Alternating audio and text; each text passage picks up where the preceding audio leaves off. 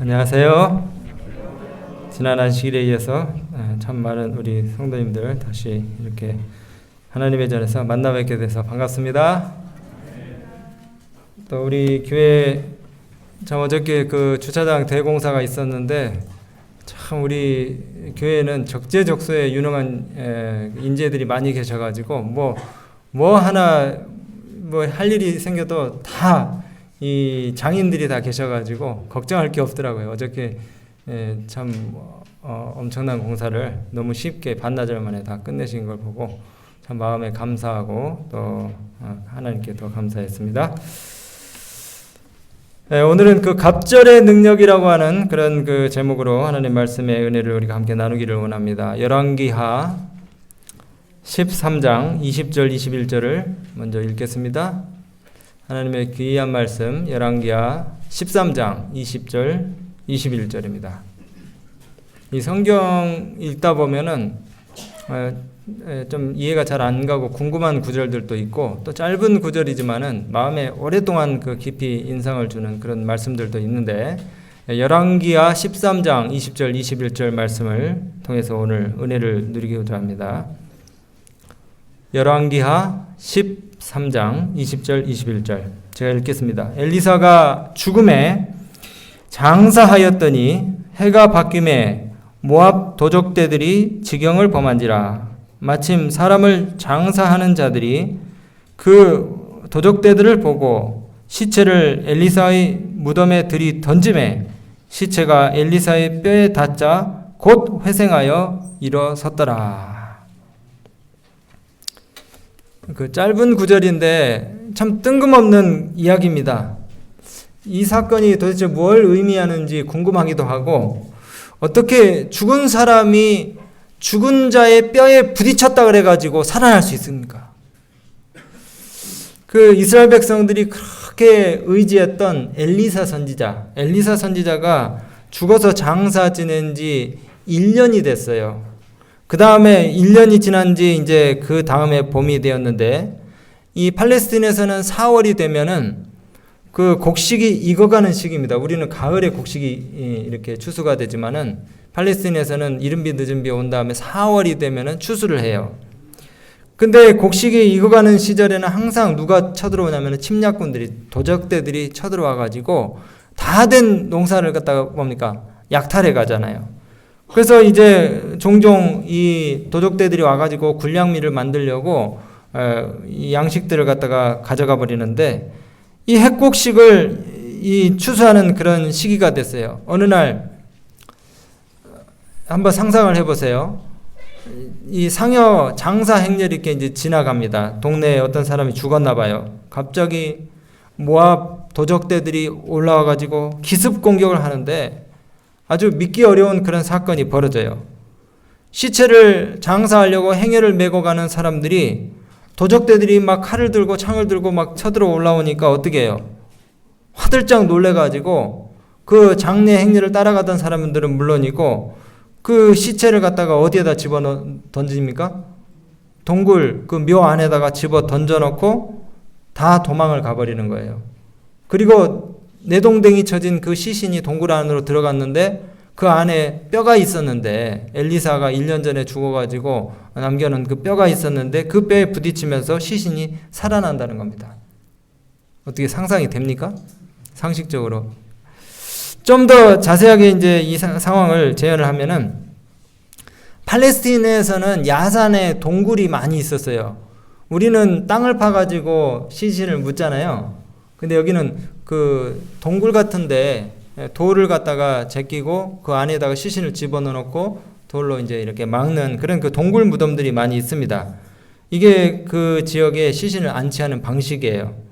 근데 장례가 치러지고 있었어요. 요령을 들고 맨 앞 사람이 주문을 외우면서 가면은 뒤에 행역군들이 어야 지금 뭐 그런 거 볼 수 없지만은 그러면서 요령을 이 앞에서 하는 사람이 상여 맨 사람들 이게 이제 뒤를 이렇게 거느리면서 가는데 곡하는 사람들이 또 그 뒤에 따라요. 곡하는 사람들은 되게 이제 돈 주고 삽니다. 울어주는 사람들을 돈 주고 사요. 그래서 많은 사람들이 그 곡하는 사람 뒤를 또 따라서 장지를 향하는데, 남편을 잃은 과부가 그녀의 가족들과 함께 아주 무겁고 침통한 마음으로 장지를 향해서 가는데, 갑자기 어디선가 알 수 없는 방향에서 모압 사람들, 도적대들이 나타나가지고, 이 모압 사람들은 누구냐면 롯의 후손들이에요. 늘 이스라엘의 적대적인 그런 세력이었습니다. 그 장래 행렬을 난데없이 공격을 하는 것입니다. 처음에는 그 행렬을 따라가는 조문객들과 마을 사람들이 도망치기 시작했고, 그 다음에 유족들도 이제 어떻게 합니까? 목숨이라도 부지해야 되니까 도망가고, 맨 마지막에 누가 남겠습니까? 상여를 맨 상여꾼들이 남겠죠. 상여꾼들도 시신을 맺기 때문에 참 이거 난처한 상황이잖아요. 네? 이거를 그냥 던질 수도 없고, 도망은 가야 되겠고, 잠시 머뭇거리다가 그냥 시신을 상해에서 살짝 내리자마자 그냥 동굴에다가 쳐넣고 이 사람들도 마을을 향해서 질주하는 겁니다. 근데 그 동굴 안에 거의 죽은 지 1년 된 엘리사 선지자의 뼈가 있었어요. 그 뼈와 지금 던져진 이 시신이 딱 닿자마자 죽은 사람이 탁 깨어나는 것이에요. 근데 죽은 사람이 딱 깨어나서 보니까 뭡니까? 무슨 장면이 거기 펼쳐졌어요? 사람들이 마을로 다 도망가는 거예요. 그러니까 이 살아난 시신도 무슨 용무인지 모르고 자기도 도망가야 되겠다 생각해가지고 마을 사람들보다 더 빨리 도망가는 겁니다. 예. 참 이상한 이야기죠. 왜 이런 이야기가 여기에 기록되었을까? 여러분 그 열왕기상 19장에 보시면, 여기는 열왕기 하인데 열왕기상 19장에 보시면은 엘리야가 엘리사를 자신의 후계자로 부르는 그런 장면이 나옵니다. 여호와께서 엘리야가 영광 중에 승천할 것을 미리 알려주시고 엘리야의 사역을 계속해서 이어나갈 후계자를 찾도록 하셔요. 그래서 들로 지나가면서 어느 밭을 이제 지나가는데 한 젊은이가 아주 성실하게 12개리 소를 몰고 열심히 일을 하고 있어요. 그래서 이제 엘리야 선지자가 발걸음을 멈추고 어떤 그 임명식이나 안수를 축하하는 그런 그 찬양대회도 없이 자기의 역할을 대신해 줄 후계자를 갖다가 세우는 그 안수 예식을 거기서 하는 겁니다. 그러면서 자신의 겉옷을 엘리사에게 입혀주는 겁니다. 그리고 가던 길을 계속 갔어요. 엘리사는 자기에게 일어난 일이 무엇인지 이제 생각을 하면서 엘리야에게 달려가서 말하기를, 내가 이제 부모님과 좀 작별 인사를 하고 오겠습니다. 그리고 당신을 계속해서 따르겠습니다. 그렇게 이야기를 합니다. 근데 엘리야 선지자는 이 엘리사 후계자에게 어떤 특별한 강요나 재촉도 없이 그냥 가던 길을 계속하고, 이제 열왕기상 19장에 있었던 이 사건은 딱 거기서 종료가 돼요. 엘리사의 이야기는 더 이상 열왕기 하가 시작될 때까지 나오지 않습니다. 열왕기하 2장까지는.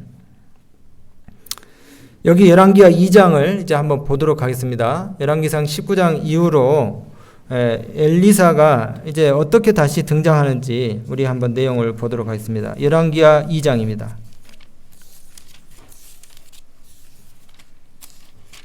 열왕기하 2장 1절, 여호와께서 회리 바람으로 엘리야를 하늘에 올리고자 하실 때에 엘리야가 엘리사로 더불어 길갈에 나가더니 엘리야가 엘리사에게 이르되, 청컨대 너는 여기 머물라. 여호와께서 나를 베델로 보내셨느니라.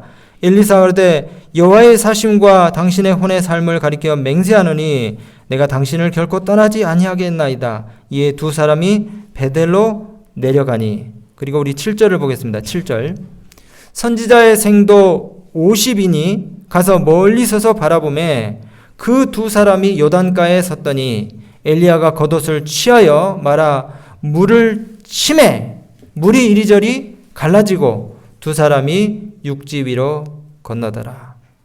그 다음에 9절을 잘 보시기 바랍니다. 9절, 건너매 엘리야가 엘리사에게 이르되, 나를 내게서 취하기 전에, 나를 내게서 하나님이 취하시기 전에. 그 다음에 여기 이제 제가 서두에 시작한 이야기에 힌트가 있어요. 엘리사의 뼈, 그리고 그 능력에 관한 말씀의 열쇠가 거기 있습니다. 잘 보세요. 하나님의 위대한 사람 엘리야가 이제 막 승천을 하려고 할 때에, 이 엘리야는 하나님 보시기에 너무 귀하고 특별한 사람이에요. 엘리야가 죽기를 원치 아니하셨어요. 그래서 그 뒤를 이을 계승자를 만들어 놓고 그 다음에 엘리야를 승천하게 하시려고 지금 계획하시는 거예요. 그런데 이 엘리야가 엘리사를 돌아보고 뭐라고 얘기합니까? 뭐라고 얘기해요? 거기 9절에 내가 너를 떠나보내기 전에 너에게 무엇을 주기를 원하느냐? 네, 너에게 무엇을 주기를 원하느냐? 마지막 유언과 같은 말이에요. 여러분, 하나님께서 여기 앉으신 여러분들에게 네 가장 갖고 싶은 게 뭐냐? 한번 얘기해봐라. 그렇게 물으시면은 뭐라고 하실래요? 지난주인가 지지난주인가 제 아들하고 저하고 둘이서 이렇게 차를 타고 오는데 제 옆자리에 앉아있던 아이가 저한테 그래요. 아빠, 뜬금없이 잘 얘기도 잘 안 하는데 아빠가 초능력을 갖는다면 딱 한 가지 갖고 싶은 게 뭡니까? 그러더라고요. 참 고마운 질문이에요. 네? 상상만 해도 뭐 지가 나한테 무슨 초능력을 줄 것처럼 그렇게 얘기를 하니까 참 고맙더라고요. 그러면서 이제 상상을 했어요. 근데 막상 대답을 하려고 그러니까 잘 생각이 안 나더라고요. 욕심이었겠죠. 이것도 갖고 싶고 저것도 갖고 싶고 가장 모든 것을 한꺼번에 다 가질 수 있는 뭔가를 대답을 해야 되는데 나의 우선순위, 나의 최고의 가치가 뭘까 생각해 보게 되는 질문이더라고요. 여러분, 여기 엘리사가 대답한 것을 보니까 엘리사가 영어로 보면은 please 제가 간절히 구하는데 뭐라고 했어요? 뭘 요구했어요? 뭘? 한번 읽어보세요. 뭐라고? 네, 성령을 갑절이나 뭐를요? 성령을 갑절이나 당신의 영감이 제게 갑절이나 임하게 해주십시오. 오늘 말씀의 핵심이 이겁니다. 성령을 갑절이나 제가 간절히 구하니 저로 하여금 더 나은 선생이 되게 하옵소서. 이것도 아니고 더 많은 재물과 유산을 저에게 물려주십시오. 이것도 아닙니다. 저에게 학위나 높은 지위를 주십시오. 이것도 아니고 농부로서 대박나게 해주십시오. 이것도 아니에요. 뭐라고요? 성령의 능력을 갑절이나. 제가 선생님 당신을 잘 관찰해 보니까 당신에게서 제가 간절히 얻기를 원하는 딱 한 가지 있습니다. 딱 한 가지. 그게 바로 성령의 능력입니다. 그냥 성령의 능력이 아니라 갑절의 능력을 저에게 주십시오. 갑절의 능력. 그 성령의 갑절의 능력을 제가 얻기를 간절히 원합니다. 오늘 제가 이 아침에 2800년 전에 있었던 이야기를 여러분들에게 들려드리는 게 아니에요. 오늘 이 말씀은 21세기를 사는 우리 자신들을 위한 이야기입니다. 이 마지막 시대의 교회가 정말 한 번도 경험해보지 못했던 그런 압박과 위기를 경험하고 있어요. 역사상 가장 큰 도전들에 우리가 직면해 있습니다. 코로나로 인해서 정말 이 세상이 한 번도 경험해보지 못한 그런 위기를 맞고 있어요. 하나님께로부터 우리가 진정 구해야 되는 것이 무엇이냐 이 말이에요. 하나님, 저에게 빚진 것을 좀 빨리 갚게 해주십시오. 아니면 저 빨리 결혼하고 싶어요. 가정 문제 좀 해결하게 해주세요. 자녀 문제 좀 도와주세요. 이것도 주시고 저것도 주시고 정말 우리가 구하는 것들 다 자잘한 것들 다 얻게 해주세요. 이게 아니고요. 여러분들의 기도 목록에 제일 위에 있는 게 뭡니까? 휴암이라고 하는 스님이 한국 불교의 새 얼굴이라는 그런 책을 썼어요. 그 내용 가운데 이런 아주 의미심장한 구절이 있습니다. 이 복에 환장한 불교인들아, 너희 스승은 너희를 구하기 위해서 왕궁을 버리고 진지를 찾아 고해의 길을 갔는데 너희는 지금 그 스승에게서 무엇을 구하고 있느냐?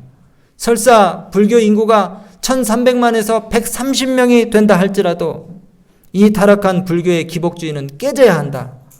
이 복에 환장한 불교인들아. 그러면서 이 휴암 스님이 기복주의의 종교로 전락해가는 불교를 아주 개탄하면서 내 조국 이 대한민국에 과연 불교가 존재하는가 라면서 안타까운 결론을 맺었습니다. 우리 기독교도 마찬가지로 정작 우리가 구해야 할 것을 바로 구할 줄 모르는 그런 신앙이 되어가고 있는지 우리가 한번 생각해 봐야 돼요. 진짜 우리가 원하는 것만 구하고 있는지, 아니면 하나님께서 우리에게 꼭 주시기를 원하는 것, 우리가 꼭 가져야 되는 것을 우리가 구하는지. 여러분, 우리의 문제는 우리가 헛된 것, 부질없는 것, 속된 것만을 우리가 구하고 있다는 것입니다. 여러분, 오늘 아침에 저는 이 엘리사라는 인물을 통해서 너무나 깊은 믿음의 통찰과 감명을 얻게 되는 것이에요. 왜냐하면 이 엘리사는 엘리야의 삶을 자세히 관찰을 하면서 그에게 가장 필요한 것이 무엇인지를 아주 잘 발견했습니다. 결코 소멸되지 않을 하늘과의 연결을 통한 능력, 바로 이 성령의 능력을 갑절이나 얻기를 원했다는 것이에요. 여러분, 성경에 이적을 행한 많은 인물들이 있습니다. 누가 있습니까? 생각나는 대로 말씀해 보세요. 성경에 이적을 행한 인물들. 모세, 또 방금 여기 나온 엘리사의 선생님 엘리야, 그리고 또 누가 있습니까? 이적을 행한 인물들. 네? 가장 이적을 많이 행하신 분이 누구예요? 성경에 예수님. 근데 여러분, 예수님이 학자들에 의하면 38번 정도 이적을 행하신 기사가 나온대요, 성경에. 근데 이 예수님을 제외하고 성경에 이적을 가장 많이 행한 인물이 누군가 봤더니 다름 아닌 모세도 아니고 엘리야도 아니고 누구냐면요, 엘리사예요. 엘리사. 그건 모르셨죠? 저도 몰랐어요. 근데 엘리사가 어떤 이적을 행했는지 열왕기하 2장부터 이렇게 살펴보니까 엄청나게 많은 이적을 19번이나 행했더라고요. 19번. 근데 예수님이 행하신 이적하고 비슷한 것도 참 많이 있어요. 심지어는 죽은 사람도 뭐 했습니까? 살렸어요. 한번 집에 가서 확인해 보세요. 2장, 3장, 4장, 5장, 6장, 7장 쭉 보시면은 엘리사가 많은 이적을 행했습니다. 여러분, 저도 가끔 그 기도할 때 참 실수하는 것, 잘못하는 것이 있어요. 제가 기도하면서 하나님, 올해 안으로 부채를 2천만 원을 더 갚게 해주세요. 실제로 그렇게 써놨어요.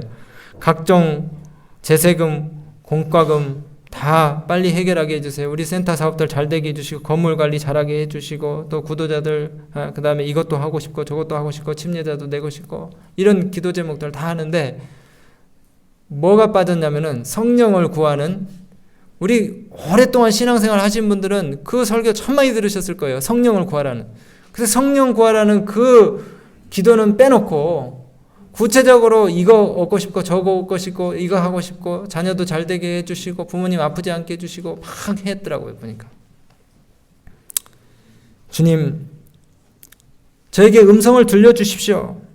그러면은 하나님께서 뭐라고 말씀하시냐면, 야, 내가 언제 너한테 그런 걱정하랬어. 교회 빚 갚는 거, 그 다음에 건물 관리하는 거, 너 그렇게 값싼 능력을 구하지 말고 나머지 모든 것들은 내가 다 해줄 테니까 너가 진짜 필요한 것을 구해봐라. 그게 뭡니까? 성령을 구하는 것. 우리가 성령을 구하면 하나님께서 우리 교회의 모든 필요를 넉넉히 채워주실 것을 확신하는 것입니다. 여러분이 가진 힘보다 더 강력한 힘을 구하시기 바랍니다. 여러분이 가진 믿음보다 더 큰 믿음을, 여러분이 가진 인내보다 더 큰 인내를 구해야만 하는 것이에요. 부차적이고 사소하고 일시적인 것들을 위해서 기도하는 대신에 우리가 성령의 필요에 대한 인식을 마음 가운데 깊이 하시고 성령을 구하는 기도를 하시면은 여러분의 부차적인 인생의 모든 문제들이 해결될 것을 확신하는 것입니다. 여러분, 사도행전 17장 28절에 뭐라고 했습니까? 우리가 그를 힘입어 살며 기동하며 있느니라. 이 말씀은 물론 성부 하나님을 가리켜서 하신 말씀이지만은 사실은 창조 사역에 함께 하셨던 분이 성부 하나님 말고 또 누가 계세요? 성령 하나님, 예수님 계셔요. 그래서 이 세 분 삼위 하나님을 다 모두 통칭하는 그런 통찰이에요. 창조 사역에 함께 하셨던 이 성령에 의존하는 삶, 기본적인 것에만 우리가 성령을 의존하는 것이 아니고 우리 생애 전체를 갖다가 다 하나님 성령께 다 맡겨버리는 것입니다. 여러분, 성령 하나님이 우리의 육체적, 정신적, 영적 모든 활동을 기인하시는 분이시라는 사실을 기억하시게 되길 바라요. 그래서 우리의 건강을 증진시키시고 우리를 생존하시고 또 우리의 생명을 유지시키시는, 그래서 우리가 그를 힘입어서 살며 기동하며 있느니라 하신 이 말씀이 나오는 것입니다. 매 순간 매 분초마다 활동하고 계시는 성령께서 우리의 존재를 갖다가 유지시키신다는 사실을 우리가 기억해야 되는 것이에요. 여러분, 아침에 성령이 없이 일어나서는 안 됩니다. 아시겠죠? 여러분들이 아담과 하와, 우리 조상 첫 조상 아담과 하와가 생명을 처음에 부여받을 때 누가 그 코 속으로 들어갔습니까?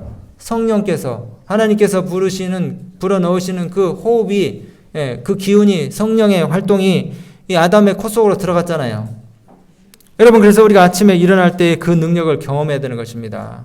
성령과 함께 일어나시고 성령과 함께 기상하시고 성령의 의식이 여러분들의 의지를 갖다가 일깨우시게 되길 간절히 바랍니다.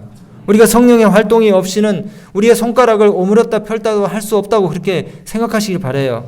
성령의 능력 없이는 우리가 무릎 꿇고 기도할 수도 없어요, 여러분. 로마서 8장에 성령이 없이 우리가 기도할 수 있다 없다? 기도할 수 없다. 이와 같이 성령도 우리의 연약함을 도우시나니 우리가 마땅히 빌 바를 알아요, 몰라요? 우리가 마땅히 빌 바도 몰라요, 여러분. 여러분이 무슨 기도를 할 줄 안다고 그러세요? 네? 우리 기도도 못합니다. 무슨 기도를 우리가 어떻게 해야 될지 모를 때조차 성령께서 우리의 마음 가운데 들어오셔서 우리 마음속에 들어오셔서 어떻게 기도할지를 가르쳐 주신다는 거예요. 오직 성령이 말할 수 없는 탄식으로 우리를 위하여 친히 간구하시느니라. 누가 기도해 주셔요? 성령께서. 정말 우리가 어떻게 기도해야 될지 몰라서 막막할 때가 있습니다. 그러나 일단 성령의 능력을 힘입어서 입을 떼기만 하시면 성령께서 내가 도와줄게. 그러면서 그 입술에 기도를 넣어주셔요. 그리고 우리가 서투르게 내뱉은 그 기도를 할지라도 그 말씀을 갖다가 다시 재정리하시고 재구성하시고 그 다음에 그것을 다시 고쳐가지고 하나님 아버지 앞에 상달시켜 주신다는 거예요. 얼마나 편하고 좋습니까? 하나님, 기도가 잘 생각나지 않습니다. 막막하고 주님의 도움이 필요합니다. 그렇게 하시면은 하나님께서 기도할 말을 생각나게 하시고 여러분들의 서투른 언어를 갖다가 재구성하시고 재정립하셔서 하나님 앞에 올리신다는 거예요. 여러분, 엘리야가 엘리사에게 네가 무엇을 원하느냐? 엘리사에게 물었을 때에 엘리사가 뭐라고 얘기했습니까? 당신의 능력을 내가 갑절이나 얻기를 원합니다. 이 말은 무슨 말이냐면 내가 구원받기를 간절히 원합니다. 똑같은 말이에요. 내가 구원받기를 간절히 원합니다. 구원의 축복을 누리기를 원합니다. 여러분, 아까도 제가 잠깐 비쳤다 말았는데 엘리사의 생애는 참 놀랍습니다. 엘리사가 열왕기하 2장부터 보니까 기적을 많이 행했어요. 열왕기하 2장에 보면은 여리고에서 소금으로 물 근원을 고친 기적이 나오고요. 그 다음에 엘리사를 조롱했던 이 42명의 참 어리석은 청년들이 암콤이 나와서 찢어 죽이는 그런 이적이 나왔어요. 그 다음에 3장에 가면은 1개의 기적, 4장에는 5개, 무려 5개의 기적이 나오는데 거기 과부 기름병, 그 다음에 수냄 여인 아들을 낳게 하고 살린 이야기, 그 다음에 또 독이 든 솥을 해독하는 기적, 보리떡 20개로, 그 다음에 한 자루 채소로 100명을 먹인 기적. 이거 예수님이 보리떡 5개와 물고기 2마리로 5,000명 먹인 기적 똑같은 거 아닙니까? 네. 그리고 5장에 또 2개의 기적, 6장에 6개, 7장에 2개의 기적. 이런 기적들이 계속 나오는데 엘리사 그러면요, 이제 이렇게 기억하세요. 기적 제조기. 파워머신입니다. 파워머신. 정말 이 이스라엘 백성들이 뭔가 특별한 일을 기대했을 때는 무조건 누가 등장해야 됩니까? 엘리사가 등장해. 엘리사. 도끼 머리가 물 위로 떠오르고 오염된 물을 깨끗하게 하고 문둥병을 심지어는 고치고 예수님이 하신 거 똑같아요. 아주 능력과 권능이 충만했어요. 근데 오늘 서두에 제가 소개했던 것처럼 엘리사의 능력의 최고봉은 뭡니까? 바로 여기 죽은 자를 살리는 거예요. 심지어 죽어서까지. 죽은 엘리사의 뼈에 죽은 자의 시신이 맞부딪히니까 어떻게 합니까? 사람이 살아나는 역사가 일어나는 것이에요. 엘리사가 뭘 구했더니요? 살았을 때 갑절의 성령의 능력을 구했더니.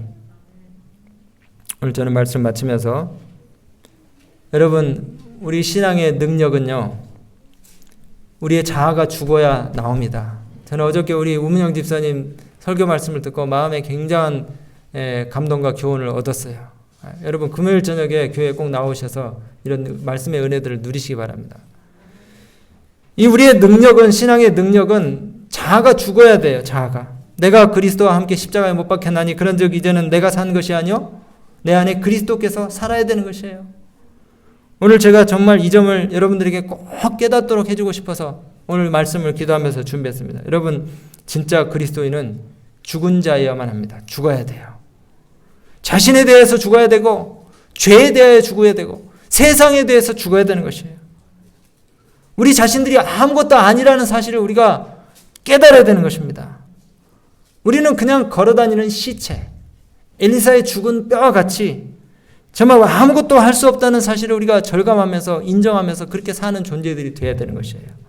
근데 계속해서 우리의 자존심이 밀고 올라오잖아요. 우리의 이기심, 내가 뭘 해보려고 하는 그런 자부심, 이런 것들이 다른 사람들을 생명으로 이끄는데 방해를 해요. 그리고 우리가 다른 사람들의 증인이, 그리스도의 증인이 되어야 되는데 그렇게 하지 못하는 것이 우리의 자아가 계속 살아있는 것이기 때문에 그런 것입니다. 우리가 자아의 무덤 속에 머물러 있고 죽은 시체와 같은 그런 사람이 된다 그러면은 영혼들을 소송시킬 수 있는 엘리사의 뼈와 같은 능력들을 우리가 경험하게 될 것입니다. 성령은 오직 겸손히 하나님께 나아가 그분의 지도하심과 은혜를 받고자 기다리는 자에게만 주어진다. 믿음으로 얻게 되는 이 약속된 축복은 이와 함께 다른 모든 축복들도 따라서 임하게 된다. 여러분 아까 말씀드렸죠? 성령을 구하는 기도를 하시면은 나머지 부차적인 여러분들의 모든 필요들, 요구들은 한꺼번에 다 이루어진다는 거예요. 축복은 그리스도의 은혜의 풍성함을 따라 주어지는 것이며 그리스도께서는 각자의 받은 용량에 따라 주려고 예비하고 계신다. 그러니까 여러분들의 믿음의 도량, 이 마음이 얼만큼 준비됐느냐에 따라서 우리가 더 큰 축복을 경험할 수도 있고 또 축복을 경험을 못할 수도 있다는 거예요.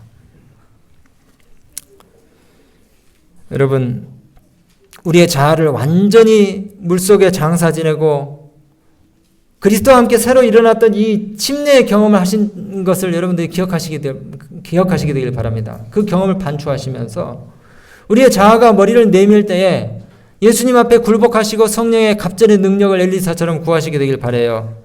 누구든지 그리스도 안에 있으면 새로운 피조물이라.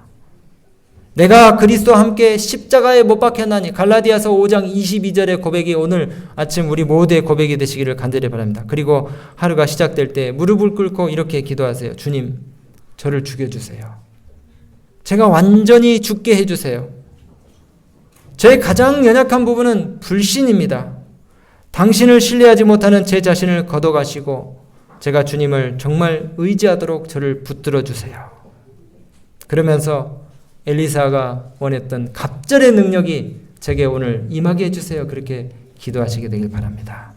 그분의 능력에 완전히 굴복하는 것이 참 우리에게 어려운 일이지만은 그냥 한 주간 예수 그리스도께 딱 붙어서 그분의 도우심을 여러분들이 바라면서 그분의 능력을 힘입어서 이 경험들을 꼭 하시고 또 매 순간마다 승리하시는, 그리고 영혼들을 주님께로 인도하시고 사람들을 회생시키는 그런 놀라운 기적의 역사를 경험하시는 우리 모든 믿음의 가족들 되시기 바라면서 말씀 마치겠습니다.